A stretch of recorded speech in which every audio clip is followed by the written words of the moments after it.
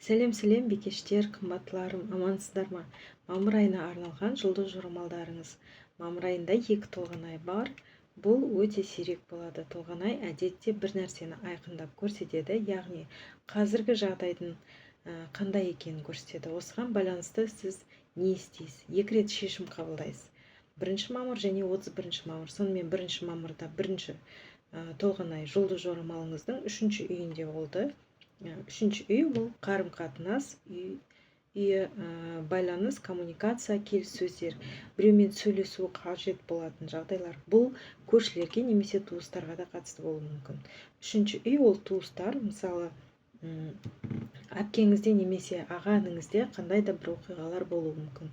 Және сіз соған қатысасыз. Мүмкін қонаққа келеді, немесе бірге бір жаққа барасыздар. Көршілер де ауысуы мүмкін. Бұл сіздің көшу туралы шешім қабылдауыңызға байланысты болуы мүмкін. Немесе көршілеріңіз көшіп кетеді, тағы да бір көлік мәселесі бар. 3-ші үй көлік. Осыған байланысты бір нәрсе айқындалуы мүмкін. Немесе сізде көлікке қатысты идеялар пайда болады. Мысалы, көлікті ауыстыру керек деген ой. Көлік сату немесе сатып алу. Мұны мамыр айында жасаған дұрыс, өйткені маусымда Меркурий кері қозғалысқа өтеді. Сондықтан мұндай істерді мамырда жасаған дұрыс. Жаңа дағдылар мен бөлімдер, өйткені бұл сөйлесу, келіссөздер, ақпарат алу. 3-ші үй бұл білім алу. Сіз оқуға түсуіңіз мүмкін, немесе диплом, сертификат алуыңыз мүмкін. Осы толғанай кезінде осындай жағдайлар болады. Көшу де болуы мүмкін. Бұл көлік және қозғалыс секторы болғандықтан сапарлар болуы да ықтимал. Мүмкін бір жаққа барасыз, тіпті 3 күнге болса да қысқа сапарлар болуы мүмкін. Билеттер сатып алу, қонақ үй броньдау, сапар жоспарлау, осының бәрі мамырдың алғашқы күндері мен 1-ші аптасында болады. 4 мамырдан 18 мамырға дейін Меркурий жұлдыз жорамалыңыздың 9-ші үйіне кіреді. 9-ші үй шетел, басқа мәдениеттер, басқа елдер, мүмкін шетелге барасыз. Бұл кезең саяхат үшін өте қолайлы. Бұл шетелдік клиенттермен байланысты болуы мүмкін, немесе басқа ұлт өкілдерімен байланыс орнайды. Мысалы, басқа халықтың асханасын үйрену, тай тағамдарын дайындауыңыз мүмкін, немесе үнді, басқа да ұлттың тағамдарын үйренуіңіз мүмкін. Мүмкін басқа діндегі адаммен танысасыз, немесе мүлде басқа мәдениет, басқа тері түсті адамдармен кездесу болады. 9-ші үй көкжиегімізді кеңейтеді, ойлау жүйемізді өзгертеді. Сіз басқа елдердің менталитетімен танысасыз, немесе шетелде тұратын адамдармен байланыс орнатасыз. Қоңыраулар, келіссөздер, құжат алмасуы болуы мүмкін. Мүмкін басқа елден жылжымайтын мүлік сатып аласыз. Заңдық құжаттар да осы үйге жатады. 4 мен 18 мамыр аралығында құжат рәсімдеу немесе сот мәселелерін шешу мүмкін. Сондай-ақ сабақ беру, кітап шығару, лекция оқу да мүмкін.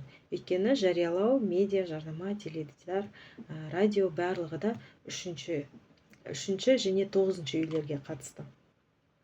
Егер сіз блогер болсаңыз, немесе әлеуметтік желілерде жұмыс істесеңіз, 1 мамырдағы толғанай және 4 мен 18 мамырдағы Меркурий сізге көп сөйлеуге, ақпарат таратуға, өзіңізді көрсетуге мүмкіндік береді. Бұл медиа кезең. Егер бұл салада болмасаңыз, онда бұл жай ғана көп қарым-қатынас пен оқу кезеңі болады. 6 мамырда Плутон тоқтайды. Бұл өте маңызды. Плутон баяу, бірақ өте күшті планета. Ол сіздің 6-ші үйіңізде жұмыс, күнделікті өмір, міндеттер және денсаулық саласында 6 мамырдан 16 қазанға дейін кері қозғалысқа өтеді. Бұл кезеңде сіз өміріңізді қайта қарайсыз, жұмысты ауыстыру, денсаулыққа көңіл бөлу, өмір салтын өзгерту. Бұл ұзақ процесс болуы мүмкін. Жұмыста өзгерістер болуы мүмкін. Басшылыққа ауысу, компания өзгеру, немесе сіз жұмыстан уақытша кетуіңіз мүмкін. Сондай-ақ денсаулыққа қатысты маңызды өзгерістер, операция, диета, жаттықтырушы, зиянды әдеттерден арылу. Плутон трансформация планетасы, ол өмір сапасын жақсарту үшін келеді. 16 мамырда жаңа ай 9-ші үйде болады. Бұл жаңа мүмкіндіктер, шетел, саяхат, құжаттар, визалар, көшу немесе иммиграция. идеялар шетелдік адаммен кездесу де мүмкін. 18 мамырда Меркурий 10 үйге өтеді. Бұл мансап, мәртебе, мақсаттар. Жұмысқа қатысты келіссөздер, жаңа жобалар, емтихандар болуы мүмкін. 19 мамырда Марс 9 үйге өтеді. Бұған дейін қаржы саласында қиындықтар болуы мүмкін еді. Енді әрекет уақыты келеді. Сапарлар, көшу, заң мәселелері, шетелдік байланыстар. 20 мамырда Венера 11 үйге кіреді. Бұл достар, кездесулер, мерекелер, сыйлықтар. Жағымды қарым-қатынас және қаржылық нәтижеде болуы мүмкін. 22 мамырда күн 10 үйге өтеді. Бұл сіздің мәртебеңізді айқындайды. Мансапта өсу, жаңа қызмет, жетекшілік етуі мүмкін. 31 мамырда екінші толған ай 4 үйде болады. Бұл үй отбасы, жылжымайтын мүлік, көшу, үй сатып алу немесе сату жөніндегі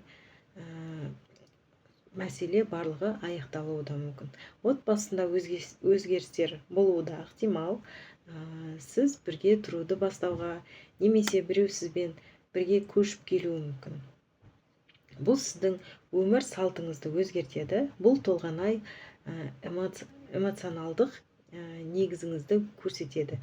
Өзіңізді қаншалықты қауіпсіз сезінесіз және оны жақсарту үшін не істеу керек. 26 сәуірде Уран 10 үйге кірді.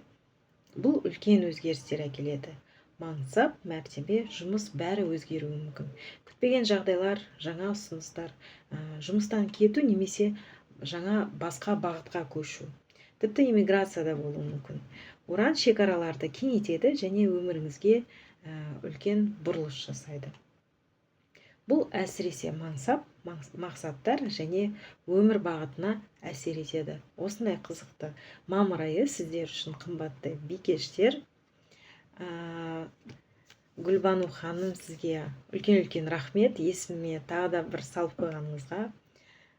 Әйтпесе осы айды ертерек жазбағаным сондай өкінішті. Енді ертерек жазып, ертерек салуға тырысатын боламын. Барлықтарыңызға мамыр айы керемет, сәтті ай болсын. Барлықтарыңызға тек жақсы тілектер тілегім келіп отыр. Сау болыңыздар.